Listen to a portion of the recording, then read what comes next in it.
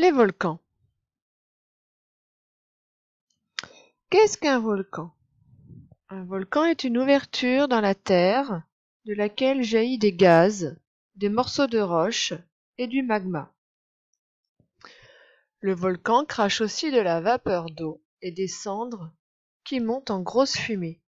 Il est faux de croire qu'il y a du feu à l'intérieur des volcans. Ce qui sort des volcans vient des profondeurs de la terre. Les volcans permettent à l'énorme pression qui règne au cœur de la terre de s'échapper de temps en temps. À ce moment, on dit que le volcan entre en éruption. Il faut imaginer comme une bouteille de champagne. Il y a un moment, la bouteille de champagne, si on la remue, ça fait de la pression et le bouchon saute, paf, d'un coup. Eh bien, l'éruption d'un volcan, c'est pareil. Ou vous pouvez imaginer une cocotte minute qui chauffe, qui chauffe, qui chauffe. Ça monte en pression. Et à un moment, l'air fait pfff, et ça sort de la cocotte minute. Le magma, c'est la roche fondue située au cœur de la Terre. C'est ce que vous voyez ici et que vous avez vu dans la vidéo tout à l'heure. Et une éruption, vous en voyez une ici, c'est l'éruption de matériaux volcaniques. Donc là, on voit de la fumée mélangée à de la poussière et sûrement des petites pierres, donc roches, gaz et lave. Là, il y a a priori pas de lave, mais certains ont de la lave à la surface de la Terre.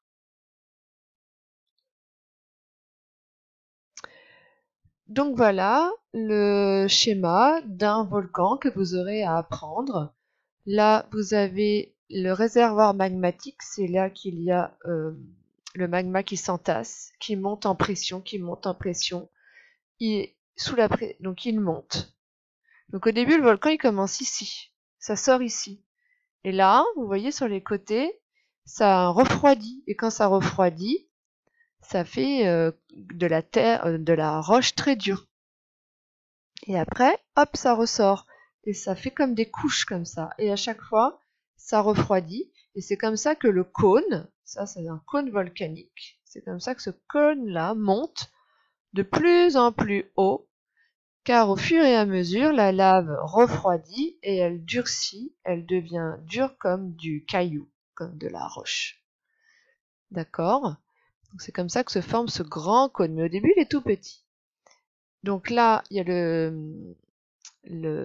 la montée du magma qui se fait là. Ici, la sortie là du magma, ça s'appelle le cratère. Et qu'est-ce qui sort? Un mélange de gaz, de cendres, de pierres, de roches. Et là, on a de la lave qui coule. Ici, on a une petite artère, la montée, là, la sortie principale fait une autre petite route à côté. Parfois, il y en a même plusieurs. Donc, un volcan est formé de trois parties. La chambre magmatique, ce qui est le réservoir de magma. La cheminée, c'est le mot que je cherchais tout à l'heure. La cheminée, c'est ici, par laquelle le magma remonte à la surface. Et le cratère qui est là. Donc là, on a la cheminée principale. Et là, on a une cheminée secondaire qui est là. Donc là, le mot que je cherchais, c'était le mot cheminée. Voilà. On ne voit pas tout. Donc là, c'est une autre façon de montrer le volcan. Je vous ai dit à peu près l'essentiel. Vous faites pause si vous voulez tout lire. Je vous laisse faire tout seul. Pause.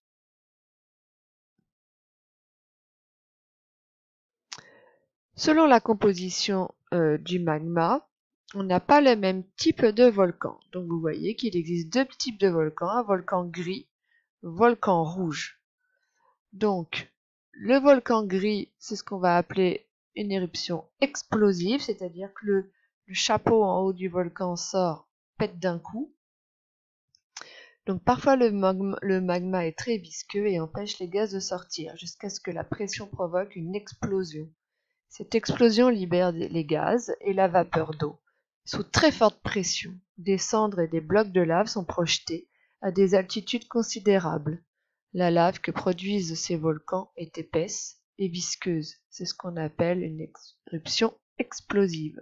On dit que c'est un volcan gris. Parfois, le magma est fluide, ça veut dire plus liquide. Les gaz, sous forme de bulles, peuvent donc plus facilement s'échapper. Et le magma se transforme en coulée de lave sans explosion. Parce que le gaz a pu sortir un petit peu avant, donc c'est une moins grosse explosion.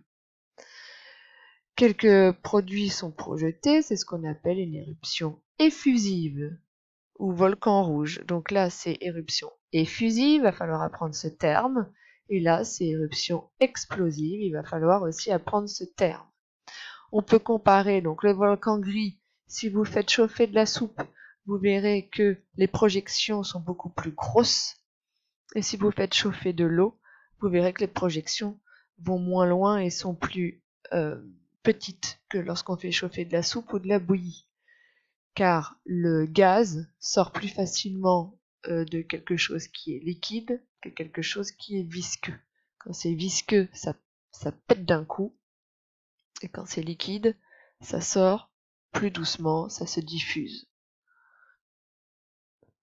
Le mot volcan vient du dieu romain du feu qui s'appelait Vulcain. C'est pour ça que le nom du volcan vient de là. À bientôt pour une nouvelle vidéo.